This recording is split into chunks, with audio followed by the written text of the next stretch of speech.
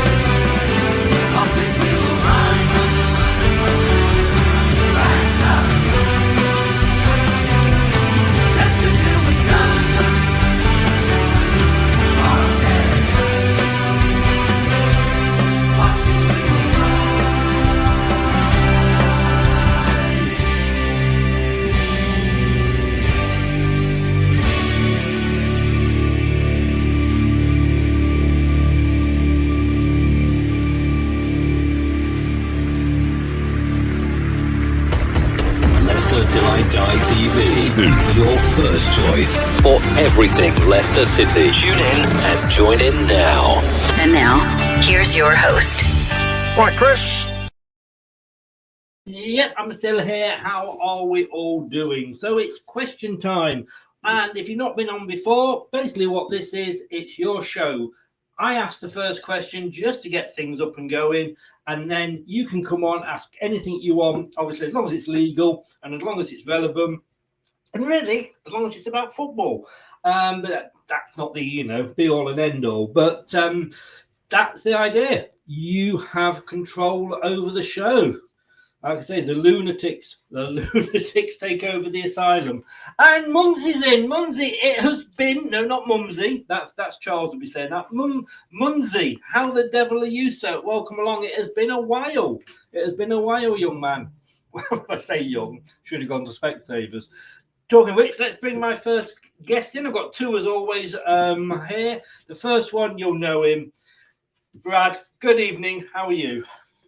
Evening, mate. Yeah, I'm all right. It is. It's always been a Leicester fan. Yeah, well, this is true, but I've got the quiz questions ready tonight for you, Brad. And you've totally stopped it. Sorry, mate. Sorry, that was another show. I'm not looking forward to it, mate. The rules are confusing as it is, let alone the questions. You're not a fan of the quizzes at the moment, are you? No, we're on sabbatical. We're not seeing each other right now. Munsey says, when's Rodgers going to stop bottling it? When are Man United going to win something again? Thanks for the young. And he says, a big up, Brad. Let's bring our other guest in. He wasn't able to make it last week. He's back today. Pleased to have him back. Let's welcome Kevin. Hey now. Hello, boys. All right. How are you doing? It could have been worse. I could have called you Sheila. You could, Shirley. Yeah. I tell you what, let me, because I can see what you've done actually. Let me just see if I add these in. I don't know if that will help me or not, because it didn't the other week when I added it. But I look very pale, don't I? You were well, yes. I mean, Brad he does have ambient lighting just to sort of show off his best side. Yeah, You know? bad lighting. Yeah, unfortunately, the light can't decide which one's my best. The one from the back, I think, isn't it? Yeah, definitely. Or this one. That's my best. That's great. That is great. That's a cracker. David, welcome. How the devil are you? Welcome along. Muncie says we won the Audi Cup. First strong sport, doesn't it? Whatever they say. We won something, though, in pre-season. We beat Hull and won this massive trophy. God knows what it was. But like I say, it is question time. I have asked, well, I put a tweet out that said, would any Liverpool fan like to come on and join in the discussion for the first 10, 15 minutes? Guess what? No replies whatsoever. And I suppose it is difficult to defend the indefensible. Even to people that I know on here that are Liverpool supporters haven't replied, and whether they'll come on or not, I don't know. Might just unfollow me. But let me ask the question, and obviously Harry's on the left, so I'll come to you first, Harry. Booing the minute silence at a football match. Reducing it to 26 seconds. Not long after they accused Manchester City of not respecting the 96, the minute silence for the 96. Maybe all the other football clubs, around the country, maybe we should not observe the minute silence for the 96 now. I don't think we should do it for anything. Not at football. It's opening to abuse. And it just upsets me when I'm at a game and that happens. So, I think applause is the answer. Are we doing too much, Brad? I mean, we seem to have a minute silence for everything. Every time, and don't get me wrong, this is different, but every time anybody passes away, we have an applause depending how old they were. You're going to end up with 4 or 5 lots of applauses soon. But Glasgow Rangers showed Liverpool how it's done. UEFA told them you cannot sing the national anthem, you cannot play the national anthem, and they put a finger up to UEFA and did it anyway. Even, Well, yeah, I mean, to the point you made at the start there, I mean, as easy as it would be to argue, well, you didn't do it, so I didn't do it. 2 wrongs don't also make a right. Unfortunately, there is no right way to handle the situation, and you've just got to get on with yourself, leave them to it. If they want to be like that, so be it. Just when it comes to Sky and BT and their minute silence, why don't you just mute it? Why don't you just mute the audio from the crowd and just not even show it, not even acknowledge their childish behaviour? Because they'll all come crying wolf, like you said, Chris, when it's 96. And totally. I'm not suddenly now against the decision of the 96. I'm not suddenly anti-Liverpool, but 2 wrongs don't make a right. You can't come out and cry wolf when people disrespect your mourning when other people are. I get that, Dave, but I mean, Liverpool, is it not always, oh, woe is me? They're never, they're always the victim. Well, I think all clubs are similar. Man United are the same. That they can be pretty unpleasant at times, as every fan can. And that's why I don't think it should happen.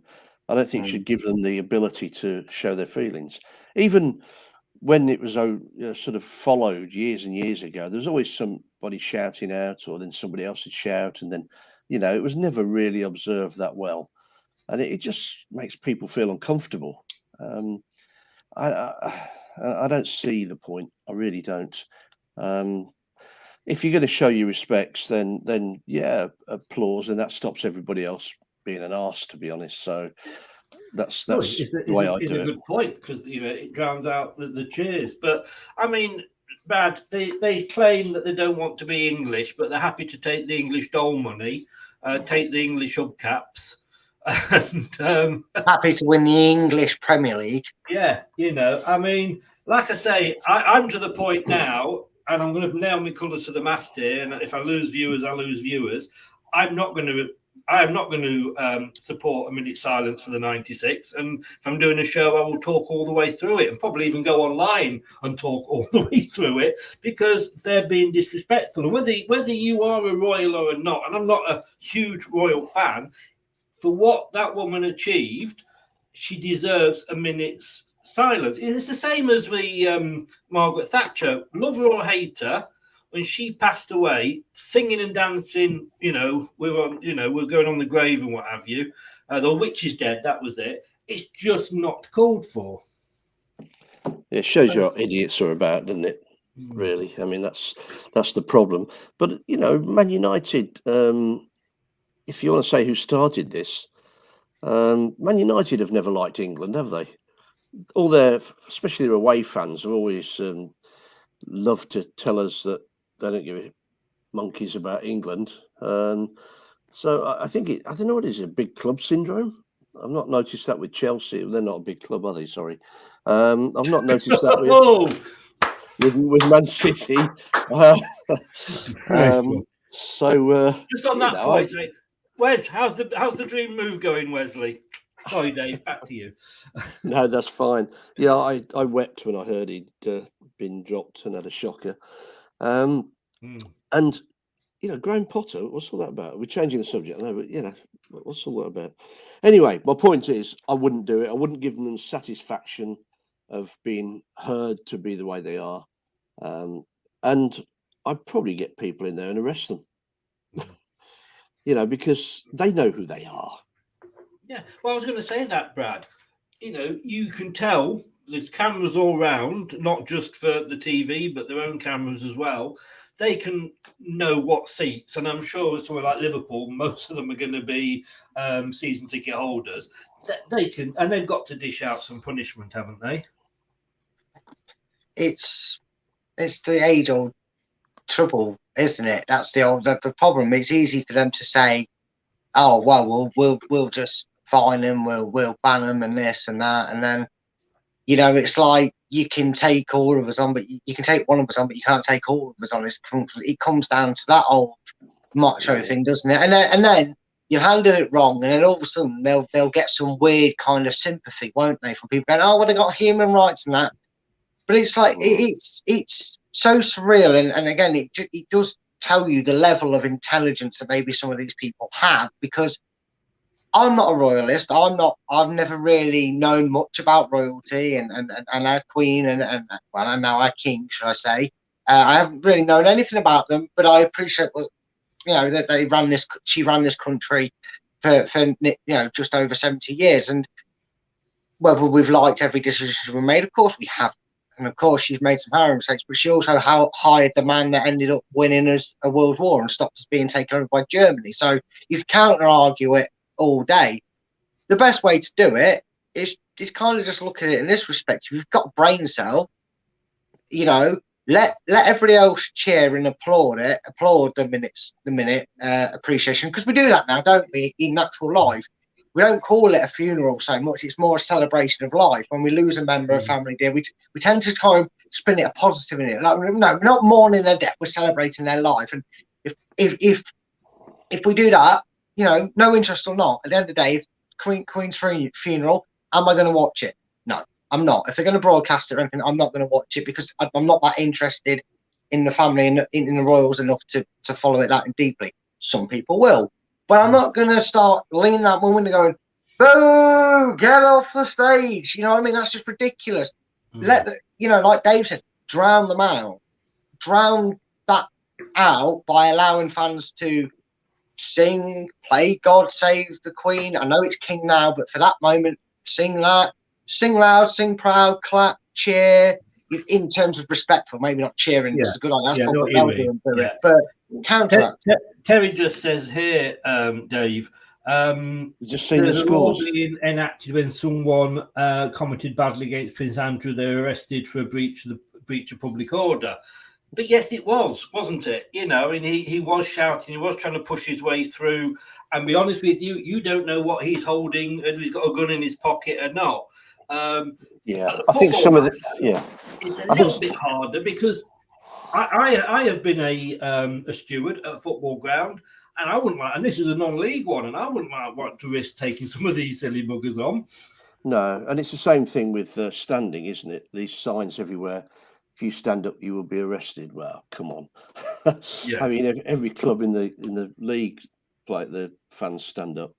But as far as the guys that were just so that Scouse, not English. As far as the guys that are protesting at the funeral or whatever, then I think they were sort of arrested for their own safety, because they were one out of thousands. And one guy was, there is an organisation, anti-royalist organisation, and one guy was saying, well, I don't know what I was arrested for. One police said this, one said that. I said, well, you're arrested because you're an idiot, mate. They should make that against the law, shouldn't they, being an idiot? Well, yeah. In fairness, Coventry would be empty then, wouldn't it? But well, that's what I think. Have you seen the latest score? Fulham has scored 2 in about a minute. Oh, yes. Well done, Fulham. Something to smile about. Thank God. Yes. Cheers, Harry. Cheers for that one. I've got the score. I have got them up here, but I hadn't seen it because My son I've got another screen open. We love you, Fulham. Yeah. We love you. Let's have a look. Just sort of moving this forward a little bit. It is funny, though, that no Liverpool fan wanted to come on and defend themselves or their club. And we're not talking the majority here. We know the majority are decent fans. It's just an idiotic one or two. Terry says here, remember when you had the Wolves fan on who apologised for the helicopter chant? Yeah, I do. And in fairness to him, he stood up. He didn't want to come on camera, which is understandable. It was the Wolves game season before last, I think it was. We'd beaten them. He was taking some stick, and he obviously did a helicopter sign, and it went viral. It went viral on the on as you do, as these things do on YouTube. And he actually came on, took his medicine, apologized, admitted to it. And he was good enough to come on and accept it. It is hard because football is. Are we on the edge, Brad, of taking passion out of football? Sorry, what was that? So are we on the verge here of taking passion out of football, though? Well, no, because the thing is, some people need to learn to check their emotions a bit. And look, you told me about it, and I think I viewed the show. Sorry, 3-1 to Fulham. Yes. I need to have a break. Hang on, I need to get a breaking news jingle, don't I? Yeah, that would be great. No, it's just a case of keeping your emotions in check. It's football. We've been doing it since the birth of the sport. We wind oppositions up. I don't give a monkeys if we're playing Southend United on a Tuesday night in the League Cup. If they've been given a stick all night, well, but if we've been getting stick off their fans all night, and I'm in the away end or whatever, or vice versa, and then we go and score a winner, guess what? They're going to get the V's. They're going to get that. Hey, you're going to get that. Yeah. Give me the same back. Don't mention helicopters. Don't mention Munich crashes. Don't mention these. It's just common sense. Bite your tongue and just. I know sometimes we say things that slip of the tongue, but sometimes you've just got to freeze for half a second and switch your brain back on. Otherwise, you are going to make football. Well, we're all going to be like Brendan Rodgers, aren't we? In 10 years' time, because the only thing you're going to be able to do is this. Yes. I mean, Dave. Football will die if you do that to it.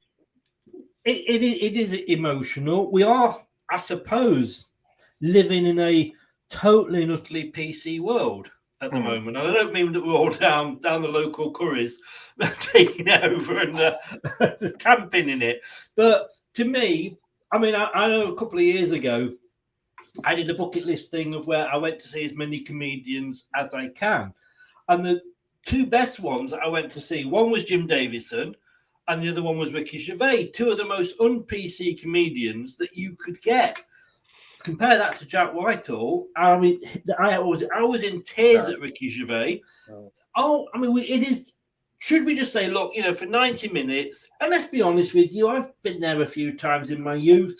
If you're 4-0 down after 10 minutes, you are going to get a little bit wound up by the away fans. Oh, should we not be saying, look, this is 90 minutes. We're not, as well, that final whistle goes, we walk out, we say, well done outside, and all go off home.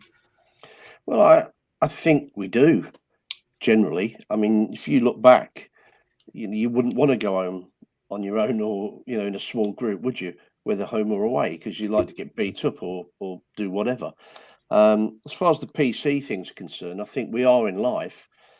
I think football always sort of had its line, didn't it? Where personalities like the helicopter thing never happened.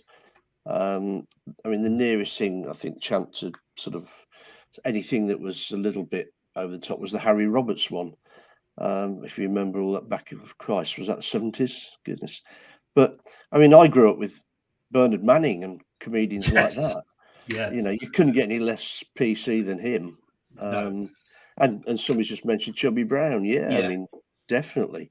I went to see Chubby Brown in Blackpool, and with some mates from work, we were all male, and we sat there, and there was a couple of ladies behind us who did nothing but moan about his act throughout the show. And you're thinking, like, surely you did not come to this and not know what it was going to be like. That's your own naive stupidity. You deserve to be insulted then, because how can you go to a comedy show and go there not knowing anything about the comedian? You've got to. It's just ridiculous to people there. Yeah. Terry makes the point there, though, Brad. You don't get that behaviour from rugby fans. It's very, very occasionally that you hear of the sort of behaviour that football fans do with other sports. Crown Green bowling. I can't remember when I last saw, trouble at one of those matches. Wow, Mildred threw a bowl at someone the other day, but I didn't get it on camera, so I can't upload that. But no, I mean, it's very true. I mean, the Tigers actually have, they used to. I only went a handful of times when I was gifted the opportunity to go and participate in the egg cooking event. But they actually had a stand. I believe it was on the left side of their main stand. Is actually integrated with home and away sections, and I remember looking to my left, and at the full-time whistle, I think Leicester lost by a point. And they were shaking hands and they were patting each other on the back and saying, "See you next year," whatever. I think it was a European tie. Actually, I think I got really lucky, and it is integrated. And that's why rugby fans like to go to us football fans, because they're never easy to go. But the one thing is there's not really any rivalries in there. You look at London Wasps taking on Leicester. It's London versus Leicester. No one cares. It's Harlequins all the way in taking on Leicester. Nobody cares. I think the closest we get to it is maybe what's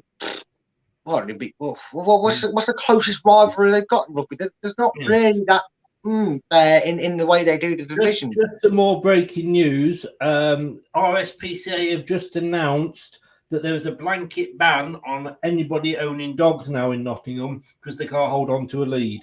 Hey, they were saying that about Leicester, so I won't be calling that. And I pinched that off the BBC. I mean, Dave, do you think?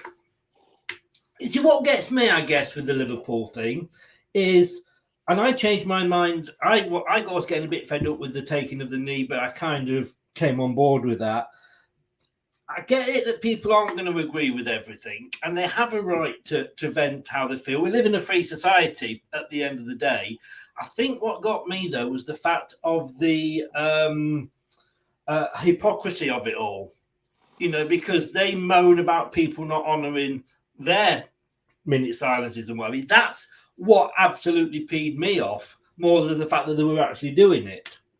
Yeah, but as I said earlier, I think that's general. I think that happens with all fans. Man United fans got peed off with Liverpool fans abusing them because of Munich, and then they did it on Heysel, and it's those two clubs mainly, isn't it? You don't get too much of Brighton and Palace maybe, but I don't know what they bang on about when they're together. But I think generally fans now are much better and more civilised than they ever were. I can only say the last game, sadly, I went to was at Brighton, and walking out with all those fans, they were, all decent people. And even in the ground, it was a great atmosphere. Forget what anybody says about the fans being against them. That was after 96 minutes. During the game, everybody was behind them, and it was all going really, everyone was great. But I didn't see any of the nonsense from the away fans, i.e. Leicester, that I used to see years ago from the away fans. Because when Leicester went away, I tell you, there was always trouble. The baby squad, But I mean, I was at the away game at Southampton when we beat them 9-0, and we were in the section right next to the Saints fans, and it was a little bit at the start, a little bit like, oh, be careful here, we're a bit close. But as all the goals started to go in, I think the Saints fans just were resigned to losing it, and they were singing like, come on, bring on Manchester City, we've got them next, sort of thing. And after the game, I did not, and I don't know if you know Southampton, but as you come out the ground, you've got a big tunnel and like overpass thing to go under. It's quite enclosed. And I had to walk through there because of where the car was parked. It was me, my son, my brother-in-law and his son. And there was absolutely no trouble whatsoever for any Southampton fans. What do you think about coming out of Leicester Southampton game? Loads of Saints fans walking out with us there, and there's not even any hint of anything. No comments made. No, we were perhaps a bit numb at the time, but even so, there was nothing, absolutely nothing. Whereas years ago, and not that many years ago, you'd be kept in as an away fan. I remember being kept in at Palace for no real reason, and it was dreadful. But now I think we're pretty lucky with it all. I think it's just that minority that you mentioned, and it's Liverpool, Man United, and obviously the Celtic Rangers thing is a different ball game. That's religion, but it's just those two. I have not seen. I mean, tell me if I'm wrong, but I've not seen much like that elsewhere with other clubs. No, I mean, Brad, the 70s, it was awful. I can remember leaving a Chelsea game at Filbert Street. That was when we had the old pens. And there was fighting in the family stand. There was fans breaking through from pen 1 to 2. It is getting a lot better. But like I say, for me, I don't know whether you would agree. I think it's just don't throw stones when you live in glass houses.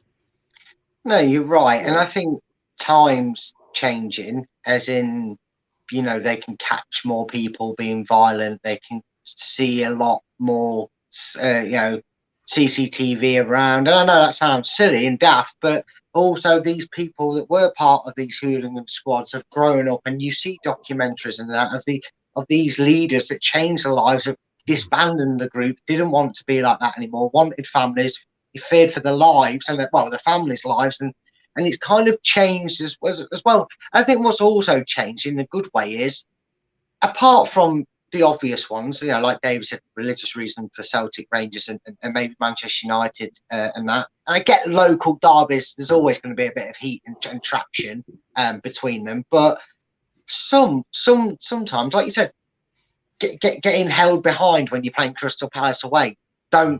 No affiliation with Palace, no rivalry or anything towards Palace, but just because we're away fans. And I think sometimes, as fans, some fans, I reckon if you asked, even Liverpool fans, maybe not towards Manchester United, but if you ask them in certain clubs that they say they hate, if you said to them, why do you hate them? All they would be able to say is, well, it's because it's so-and-so, isn't it? We've always hated them. Yeah, but you don't know why you hate them. You hate them for a reason that you were raised. It's the rivalry. That's 90% yeah, but some clubs hate each other just because of something they don't understand. That's what I mean. Today's generational fans, we're talking about, I understand the rivalry thing, though. But some clubs hate each other that aren't rivals, and fans still hate each other because of things that happened years ago. Obviously, at Leicester, it's been ages since we've had any rivals. There's still no relevant one. Yeah, there's still no relevant ones in this division. But moving on now to Rico. Good evening. How are you? I always think you're a Coventry fan with that name, Rico. That's why you think of it. Oh, Brad, that's what I was going to say. Wasps play at the Rico, don't they? Or whatever stadium it's called now. They did. Yeah, they did. But Rico's just come up with here, and I saw this earlier. Hi, all. Talk of a possible takeover by Las Vegas Consortium to buy Bournemouth. Personally, I must admit, I think it's a bit of a gamble. No? Do you know what? I don't know what I'm more saddened about, the fact that you said it, or the fact that I was going to say it if you didn't. Oh, dear. You know what to say. You don't want to put all your chips on this being true. Oh, God. I'm going. I'm sorry. I can't think of anything. Sorry. As much, no matter how near the gutter I take it, Brad always manages to take it that bit further. You know. Yeah. Oh dear. I said, just reading it here. I mean, this got me a bit confused. I mean, good luck to them is what I say. You know, I think this, and you know, as I've always said, good luck to Newcastle as well. I mean, I know, you know, the FA are there to decide if people are good and fair owners and all this, that, and the other, and they haven't always got it right anyway. But you know, if any club is bought, good luck to them, because let's face it, it's happened to us. We wouldn't be where we were now without our owners. But the thing that got me interested about this earlier in the season, because there's been rumours down this part of the wood for a while. But Dave, I mean, currently Bournemouth are owned by a Russian businessman, Maxim Demin. And yet they got promoted to the Premier League. That had forced a Russian owner, and I've got to be honest with you, one of the better owners of a football club, because he was always there. It were forced out because of obviously the current situation. And yet this guy here at Bournemouth, nothing mentioned about it at all. Wow. What can I say? He's probably not in Vladimir's pocket. That might help his resistance. No, but it's one rule for one. Yeah. Isn't it, Dave? I mean, you know, you got to look at that. I have no faith in the Premier League, the Football League, anybody to do the right thing. And that's not based on Russian owners or anything else. It's based on a totally different subject, which is bloody VAR. How they can continue to have incompetent people in charge of it is beyond me. So anybody that thinks that's right cannot run anything, let alone decide who's fit and proper to own a football club. I'm with you. Abramovich was a Chelsea bloke. You know, forget his seedy past. They knew that before they took him on. And they knew he was money laundering, what was it, 10, 12 years ago, whatever it was. It was pretty clear to anybody that knows anything that he was money laundering. And he did it in a massive way. And I reckon this guy is the amount of money he's spending and the comments he's coming out with about a Super League again. So you know, in their right minds, what's this fit and proper procedure they go through? Because they all seem to get through it. Has anybody ever been kicked out on that? I think there was a Newcastle one that was the current Newcastle one in a earlier form, I believe, was thrown out. That's only because they didn't want another Man City, and they ended up realising they'd done nothing wrong. Yeah. But the previous guys to Saint Mansur, Thakawan, Charlie got it right the other night in the quiz, but he was one of the biggest criminals going. The guy that bought Bournemouth off Gaymark, whoever it was, off Mandrich was the biggest criminal. Well, our owners got investigated before they were allowed to take over due to tax reasons in Asia, weren't they? They were looked heavily into. It's amazing what happens to a club when you're not relevant in the eyes of the Premier League or the FA. Because it's funny how they were all for stopping the game and we're not losing it to the Super League and all that. And credibility checks aside, they allowed this American Yankee dude. And I'll say it, I don't care how offensive people say it. It's something I was told to refer to a Yank as when they've been an idiot. So apologies if it is an offensive term, but to come in and suddenly start barking all and saying, "Oh, we should do a North versus South." You know what I mean? It's like, why are you opening your big mouth with your ideas? Why are you allowed to be in the English game when you're coming over with your stupid ideas? Yeah.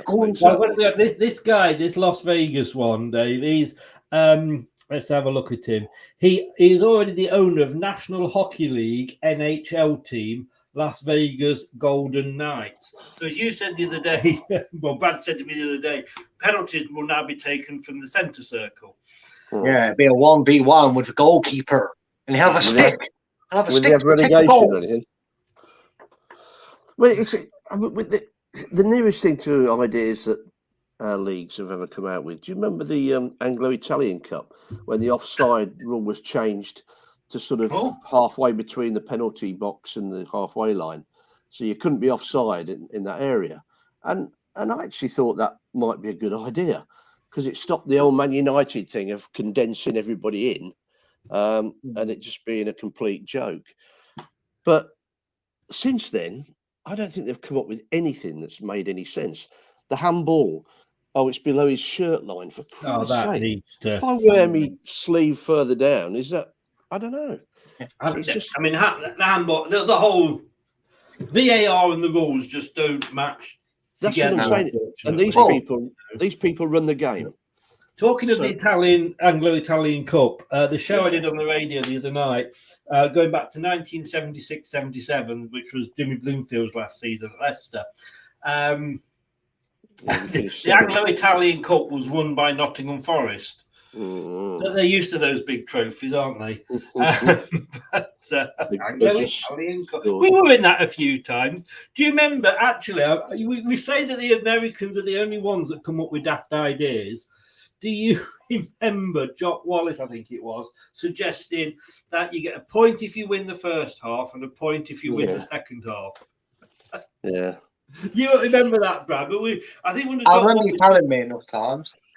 We actually won. We were winning all the first halves, weren't we? And he came up with that. You know. We'd have done well this year, wouldn't we? Yeah. Maybe we should go back with that idea. Yeah. Well, great idea, I reckon.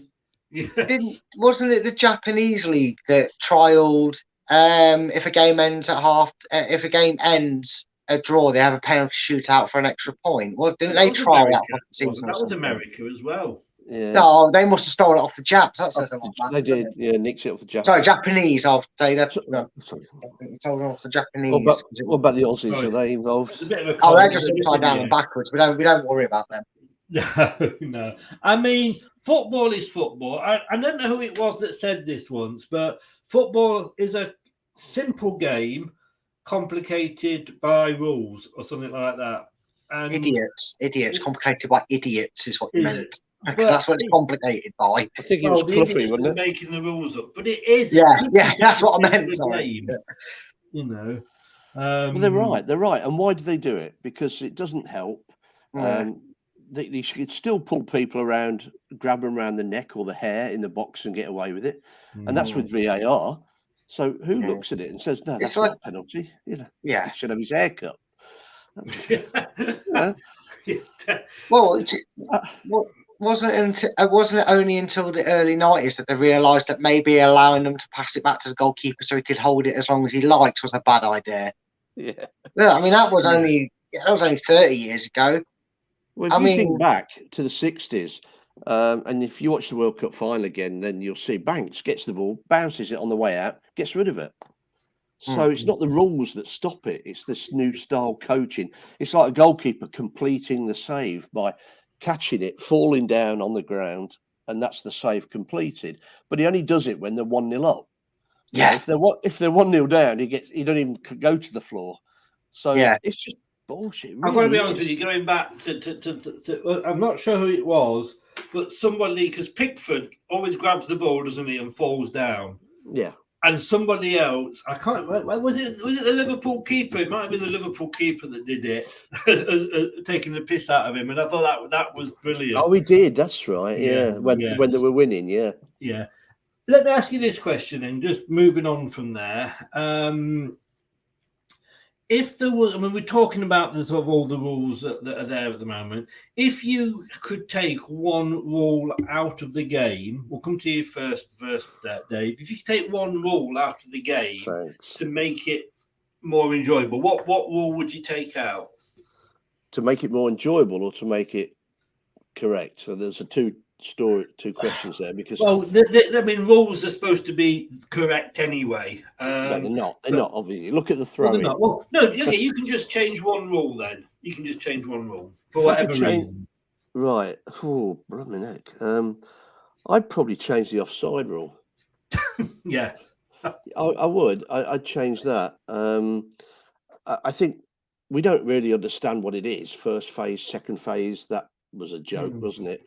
Yeah. Whether somebody, I mean, if you remember, all the attackers used to stay offside for a while and then want to be onside, they'd all rush back. The guy onside had come forward and nobody knew what the hell was going on. There was a question a lot of older managers said, if he's on the pitch, exactly, he's interfering with play. The handball thing, that's 2 rules, I know, but the handball thing is a joke.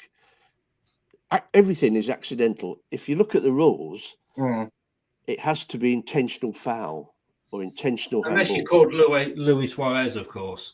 Of course. But I don't think they've changed that rule, have they? It still says that. So nobody's going to handle the ball intentionally. And if they do, you'd tell, like, a bit like Thierry Henry did against Ireland, wouldn't it? But, you know, it has to be intentional. And I see fouls and penalties and whatever given for things that can't possibly be intentional. Brad? I would actually scrap injury time. And the reason I'd scrap injury time, I would do, and this is things where I take jibes at other sports jokingly, but I would just stop the time. If you want to, and this isn't foreign or English, it doesn't matter. Yeah. If a player wants to roll around as if he's been shot by a sniper and the clock's at 77 minutes, do what they do in rugby. All right, you want to be a twat? Go on, son. I get paid either way. Isn't it? That's very American. Yeah, but sometimes they have a brain that goes. Sometimes we send our brains over there to make it. Probably an Englishman in America came up with the idea, but still, actually, it would, wouldn't it? Because how many times do we see them say, "Oh, well, that'll be an extra 6 minutes," and then the referee still blows after 4 minutes anyway because he can't be bothered.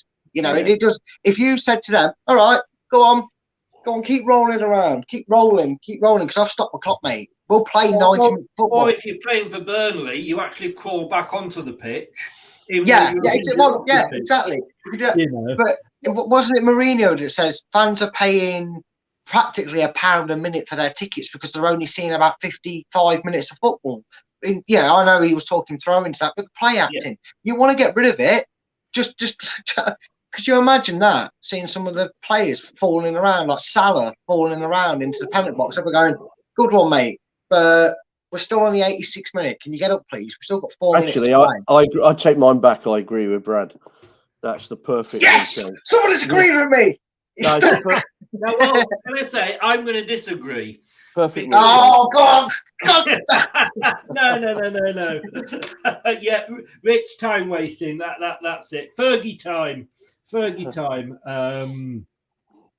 But look, for me, we've got the perfect thing there that will punish players for time wasted, and that is VAR. And you should be able to watch that VAR afterwards, because at that particular during the game, your eyes might be on something else. But sit down. It's 90 minutes, 96 minutes if you're a Spurs or Liverpool fan. But you know you've got to sit and you can watch that, and you can say, "Bloody hell, yeah, he dived then," or "Oh my God!" You start issuing respective red and yellow cards. Because I tell you what, then the managers would soon come out and say, "Fuck's sake, get up off your arse! You're not going to get me another yellow card. You're going to miss 3 games." The problem is, as much as the idea does actually come with a lot of sense, Chris, and it does. It really does. Hang on, Jesus! I know, right?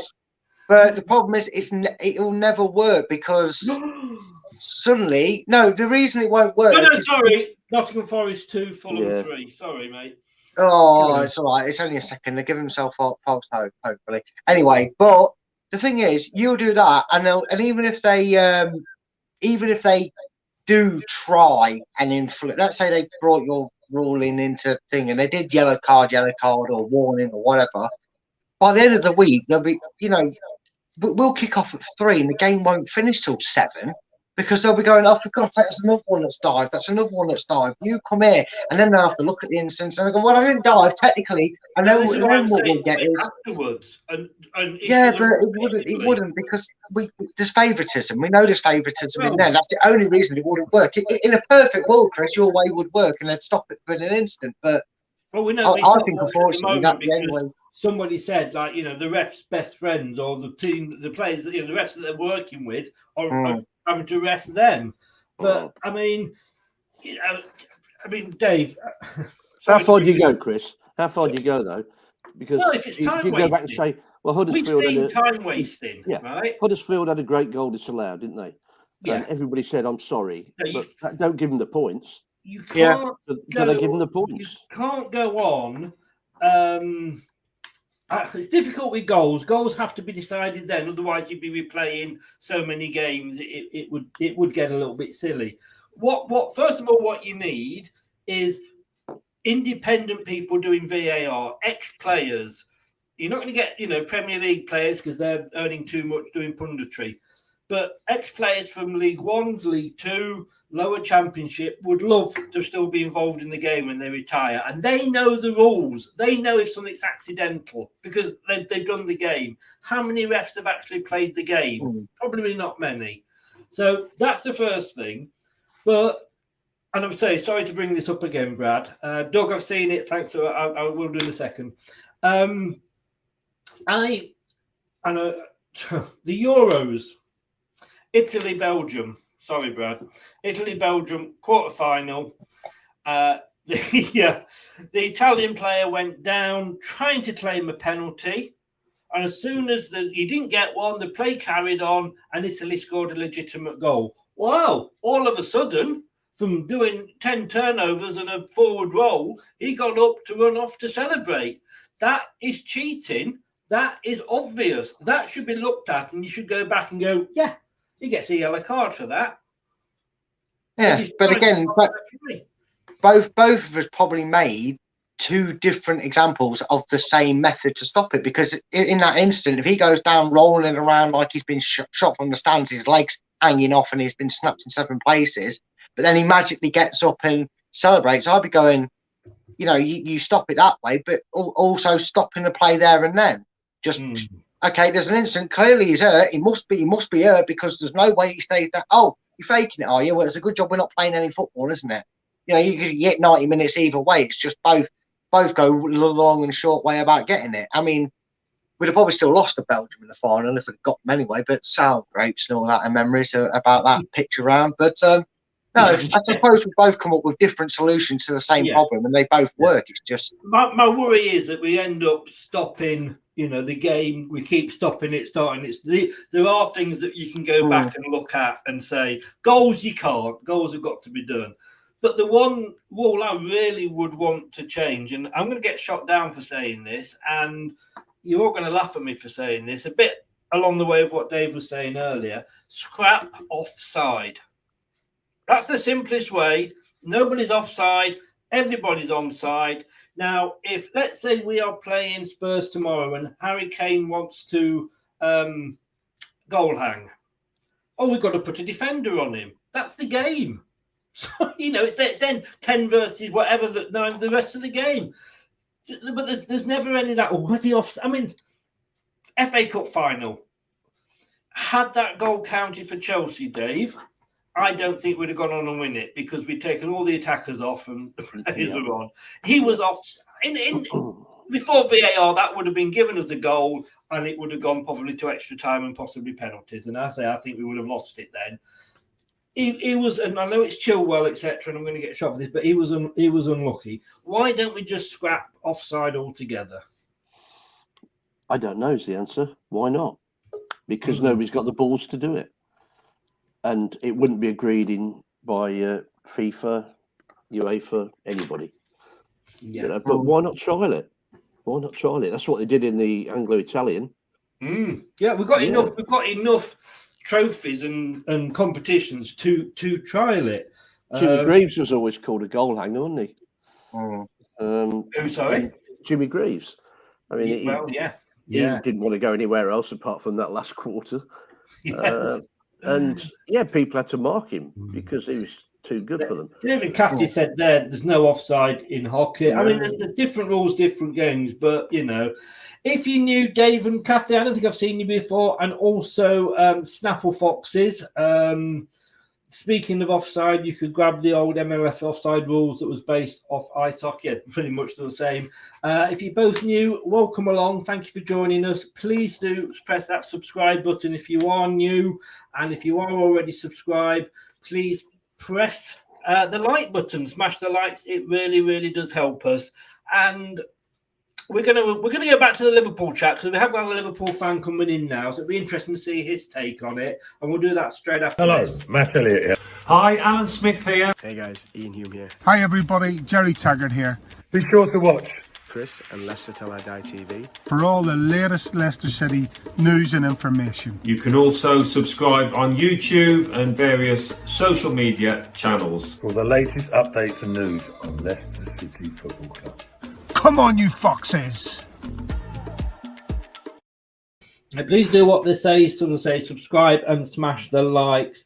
I don't referees now. There must be a shop somewhere selling Fergie watches. 6 minutes of injury time at Forest versus Fulham. Come on, Fulham, only 6 more minutes. Come on. 2 more. Oh, they've gone into it, have they? All right. Yeah. Right. Doug's in. Let's bring him in, a Liverpool fan. Hello, Doug. How the devil are you, sir? Good evening. I'm not too bad, thank you. Hi, mate. Hope you're all right as well. Dave above you. I don't know if you met. I don't think you've met before. I don't. And obviously, Brad, you recognise that face, you know, and face for radio, as they say. But Doug, we did go through this a lot at the start, but I do want to get a Liverpool fan's perspective. And I know you're not a Scouser, but you are a Liverpool fan.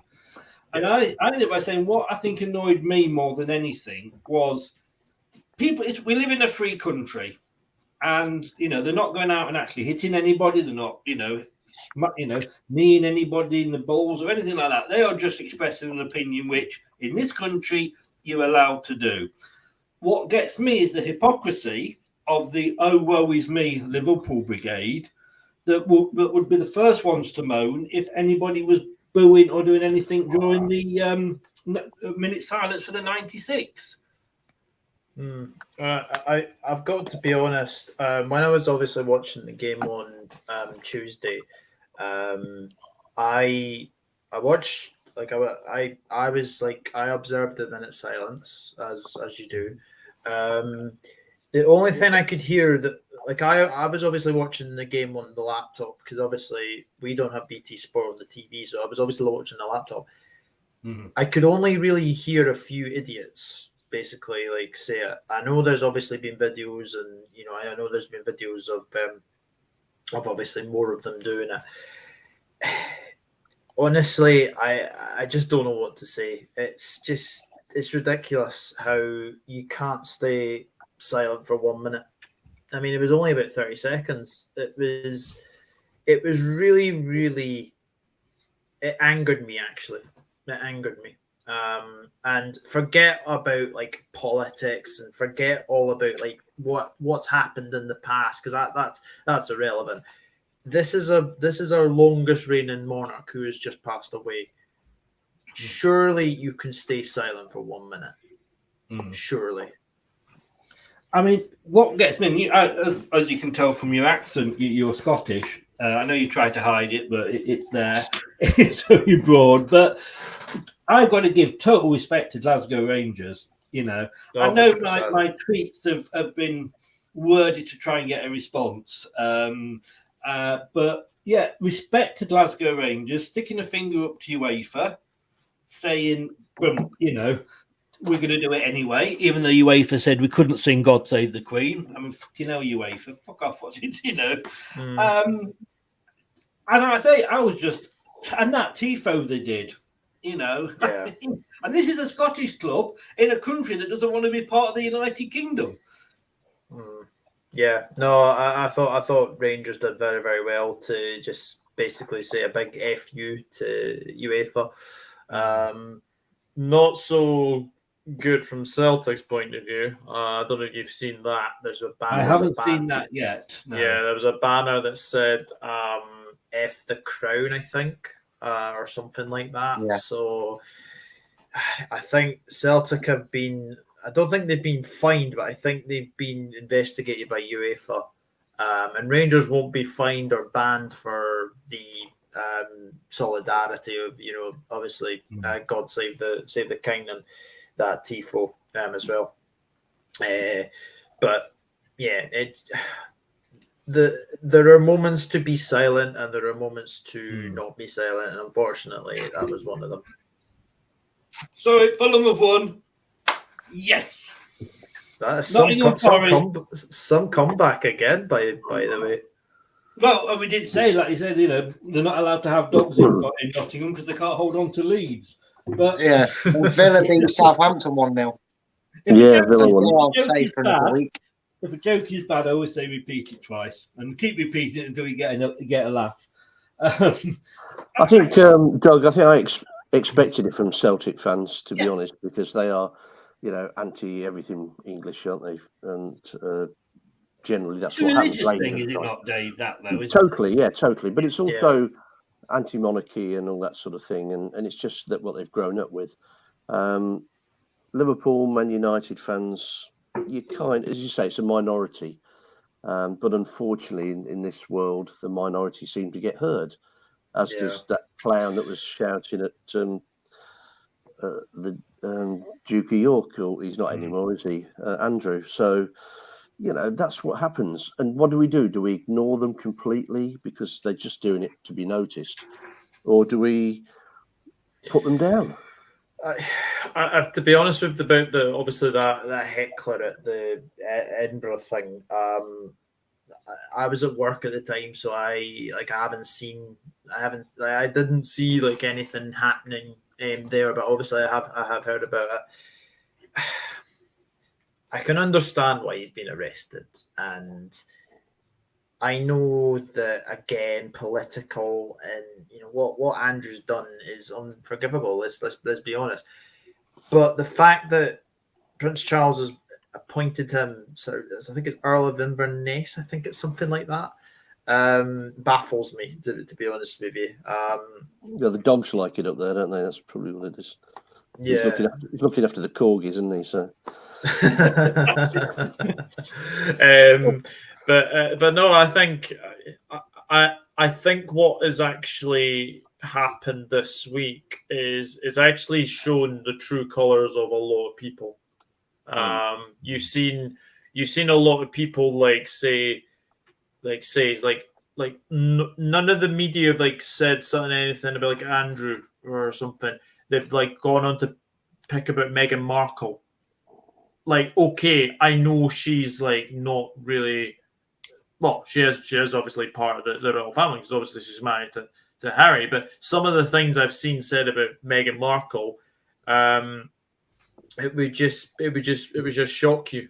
It absolutely shock you. I mean, you get journalists she's not a journalist, but Lady Colin Campbell. Some of the things she was saying was absolutely awful. They should have left her in the jungle, shouldn't they, really? But I think whatever you say about Andrew, and Andrew's pretty much going to be like the Billy, not the Billie Jean, the Michael Jackson.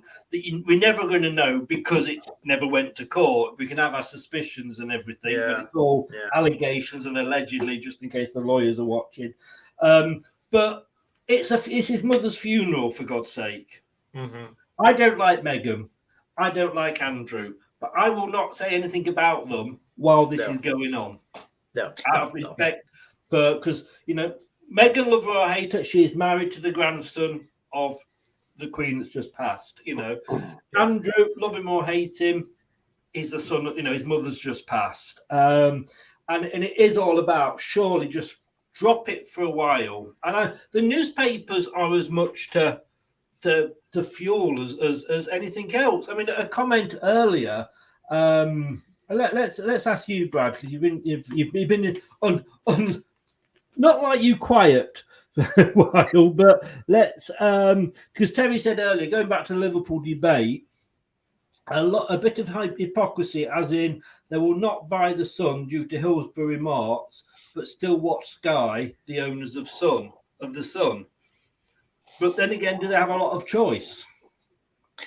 Well, no, because I'd be fairly certain that when the transfer season kicks off, most of them don't even notice that it's by the Sun or anything like that when it comes to Liverpool.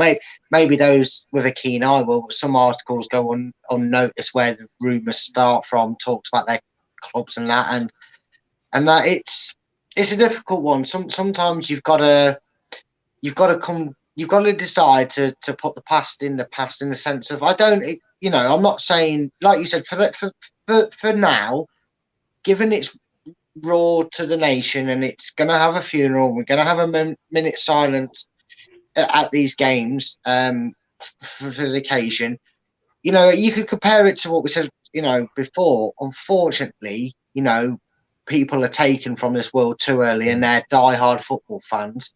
And I'm pretty sure there's been instances down the line where it's been an Evertonian and, they've played, and Liverpool fans have stayed silent. They've respected the fact that it doesn't matter if it's an old person, a young person, whatever. That person died being a diehard football fan, and we reunited as a football fan. And it should sort of be the same now. For this moment, for Christ's sake, for this week, can we all just get on the same page, even if we don't mean it, even if you're sitting there in silence, cursing the Royals under your breath and in your head, fine, stay silent, let it be, kind of just to do that. And there is a Liverpool fan out there, and I'll throw this back at Doug. Doug will know who I'm speaking about. That is on Dan's channel. And I went on to catch the end of his show the other day and saw a comment, and she is a Liverpool fan, and she said, and she was moaning the fact that there's not a game of football on Monday night because of the Queen's funeral. And I'm like, she just happens to be a football fan, but that's the attitude that you're thinking, God, and we know football fans can be brilliant. Look how we as a club, how people treated us when our chairman passed away. That was lovely. It was one big football family. Yeah. But do these people must embarrass you because they support the same club as you, Doug? I just do not have any words for that person. Because basically, to this day, you're not really allowed an opinion on anything. Except not me, basically. Basically, I'm in the same boat as you, remember? Yeah, like this person that we're obviously talking about blocked me because I had a disagreement about James Milner not being good enough for the Liverpool team. And the fact is that he isn't. He's 38 years old. He shouldn't be starting in 2022. And I got blocked because I told her to message me. She didn't. She followed me and then blocked me because I didn't reply to the follow. But she never messaged me. But, moving on. But thanks for coming on and taking it and giving your side. Well, just before you came on, we were talking about one rule you would change in football. Or one rule, you'd get rid of it for whatever reason. And we were just because they're offside and VAR and what have you. I mean, we all would agree with VAR. But what would you go for, Doug? I bloody hate late offside flags when you're miles offside. If you see that a player is miles offside, don't wait 2, 3, 4, 5, 6, 7, 8, 9, 10 seconds later, because one of these days somebody is going to get seriously injured. Yeah, I think they have actually. I think someone did pick up an injury. Maybe not serious, but it was. I think they were out for a couple of weeks, and it was like, I think it was. It feels like it was someone like Neil Warnock that said it in the Championship that came out and said he was angry because that he's now lost a player for his squad, and had the flag gone up when he was clearly offside. I think he even said that I've seen it back on the TV. He was 4 or 5 yards off, and if he does, if the flag goes up, he didn't blame the player for tackling him. He said. He thought the ball was still live. He thought play was still live. He came in and now I've lost a player for potentially 3 to 4 weeks because of this silly, incessant rule that you have to touch the ball before you fly. That's the thing as well. You have to basically get rid of that because if you're offside, you're offside. I think they're bringing automated offsides into the Premier League next season. That seems to be working in the Champions League. So I'm all for that. I'm all for automated offsides.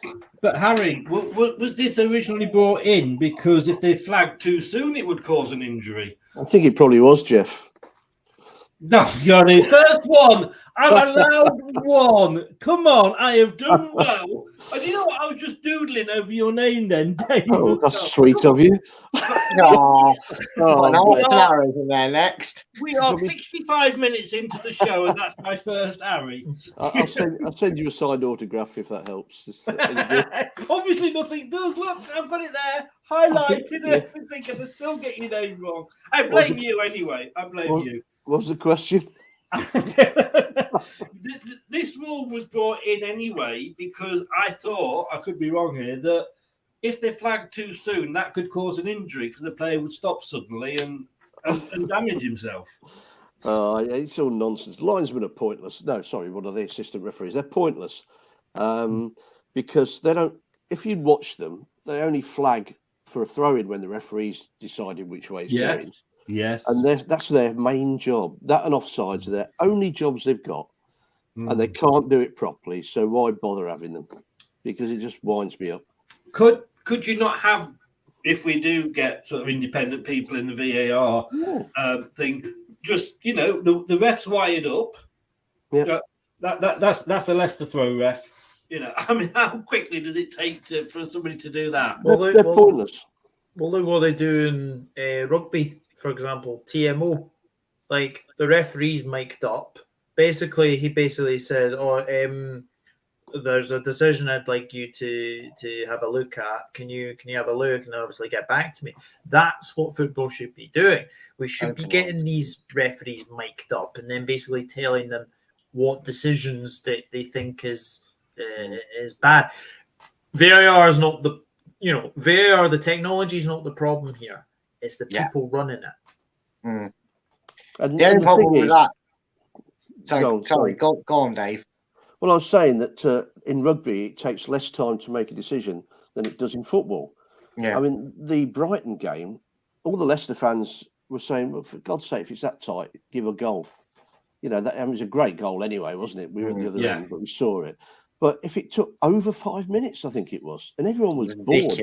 Home and away fans were fed up with it and just saying, if it's that taking that long, it's not clear and obvious. Well, that's right. So it's a goal. Yeah. Let's be honest. Thing gets me with VAR. Let's come to you first with this one, Doug. Is that we used to, after the game, be moaning about the referees. Yeah. Oh, they made this decision, made that decision. But generally speaking, it would balance. I know it was an old saying, but it would generally balance up over the season. And you knew they were human. Where here, this was supposed to stop us talking about these decisions, but we still are.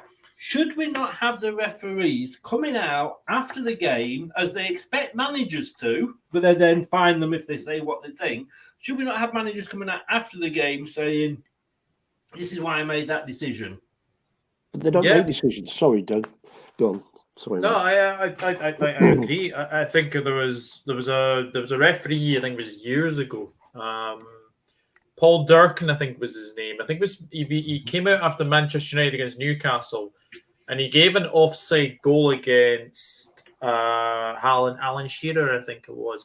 He basically came out and said it was a mistake because Alan Shearer wasn't offside. So Newcastle would have had a goal, and obviously Manchester United won the game 1-0. And he basically came out and said that he made a mistake. It should have been a goal to Alan Shearer. So yes, possibly we could have referees coming out, but are referees maybe being told not to be allowed to basically tell why they made those decisions? I mean, just to counteract that, I know Dave wanted to say that. Apologies, Dave, there, but I can't remember which ref it is. I think it's the one they go to who normally on Sky Sports would look at certain contentious VAR decisions and say whether he agrees or not. Gallagher. Yeah, and referees, and he said that the reason referees don't do post-match interviews like you're suggesting, Chris, and that is, they said, because they wouldn't want to talk to us when we've had a good game. Unlike managers and players, when they have good or bad games, they want to talk to you. But he said the public would not care if you don't go home at the end of a game and go, oh, oh, we won 3-0, but didn't that ref do well? Nobody, not exaggerated and as that, because they'd never do it. They'd only want to interview us when we've got a decision in live play, whether we overturn it or not. They wouldn't go. They would only want to interview us. Go, oh, you got that penalty call wrong, didn't you? Why did you give that? They wouldn't want to interview us when we give penalties for the right reason. But then again, if it's part of the, whether somebody has to come out from the club and say and talk, whether it's the manager or he sends the assistant manager out. If they know they've got to do it, then do it and ask some of the questions. No, but I talked to this guy Dave earlier earlier a few months ago, and Mark House, he claims he was told to say he'd not seen incidents by the refereeing body. I mean, this is going back to I can't remember when it was. No, there's no date on. Oh, there it is. 2016. Nothing ever came of it though. It was wiped under the carpet, or swept under the carpet even. Because referees are scared of their own shadow. Why do you think they overturn it when they're told to look at the monitor? I'd be the first referee and say, nah, bollocks, I'll keep to my decision. But they can't. They're told they have to do it. So why even bother them going to the monitor? And everybody knows they're going to change their mind if they do. Why not just change it straight away? And, stupid little things like that annoy fans. Yes. There's no need for it. Absolutely no need for it. I would say Mark Housey, I did listen to that. He's a very confident gentleman, isn't he? But he didn't have the greatest time as a referee at times because, everybody makes mistakes. Now, if you haven't got the balls to come out at the time, I mean, fortunately, this guy did that you were talking about, Doug, but then don't bother later on because you're not going to change anything later on. Nobody's going to listen to him now.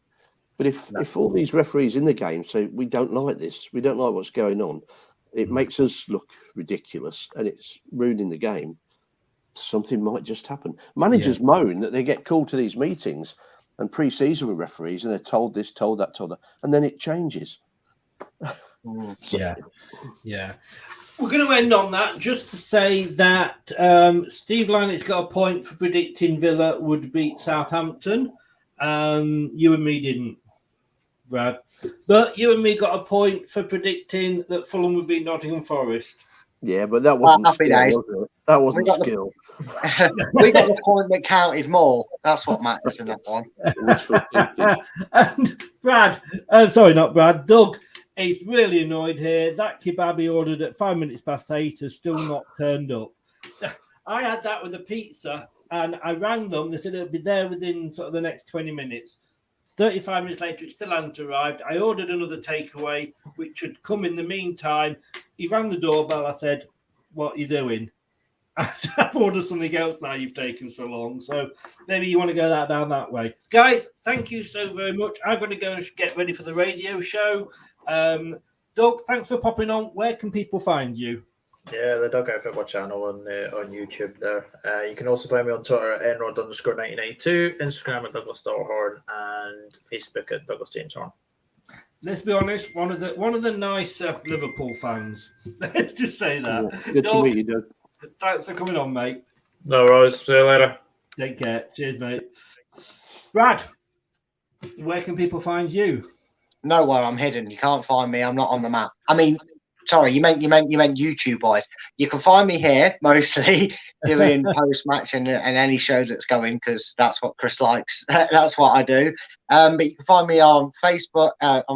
You can find me on Twitter. My Twitter handle is @BalltimeFocus, and my current channel name is A Matter of Opinion, which you can find me on there doing a show once a week right now at the moment. And you'll find that link in my Twitter description. If you follow me there, you'll easily find my YouTube channel easier in the bio of that. Indeed. Brad, thank you very much, young man. I will see you Saturday night when we're probably talking about a 5-2 defeat to Spurs. If we get 2 goals. See you later. Well, yeah. Brad. See you, mate. That is true. See you later, Jimmy. Take care, mate.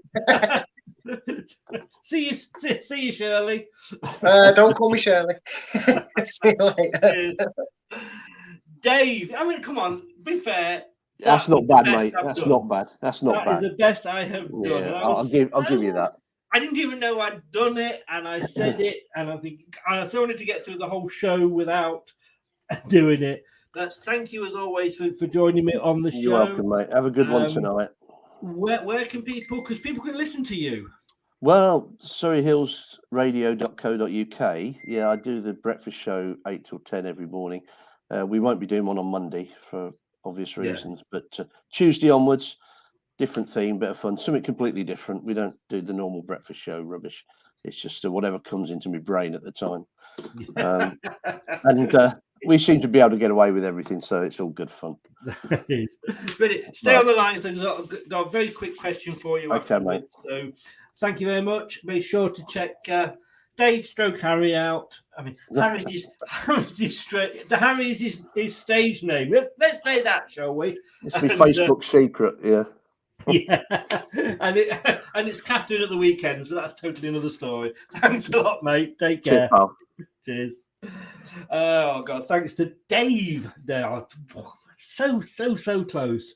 Thank everybody for watching, and if you've been listening on your favourite podcast platform, thank you for sparing me your ears. You can have them back now. I'm going to be back tomorrow for the watch along, so you'll be joining us at about 5 o'clock if you want to for that one. I'm just full to myself, really, aren't I? And I'm going to be back at 11 o'clock tonight. Don't forget, mixcloud.com/LTID radio. It's 20 football songs, 18 of them bloody awful. A couple of them are really good. See if your team or your national team is one of those. And there's going to be, honestly, there's enough to do another 3 shows after this. But thanks, everybody. And thank you to everybody who joined in the chat as well. Much appreciated. Well, I won't see you at 11. Hopefully, you will be listening to me at 11. Take care. All the best. Stay safe. Remember, don't do anything I wouldn't enjoy. Good night. That's all, folks. Thanks for watching Leicester Till I Die. This is Chris saying goodbye and see you next time. This week's episode has come to an end. But the fun doesn't have to stop here. If you have any questions, suggestions, or feedback, head over right now to Twitter and Facebook and like, share, and get involved. Join us next time.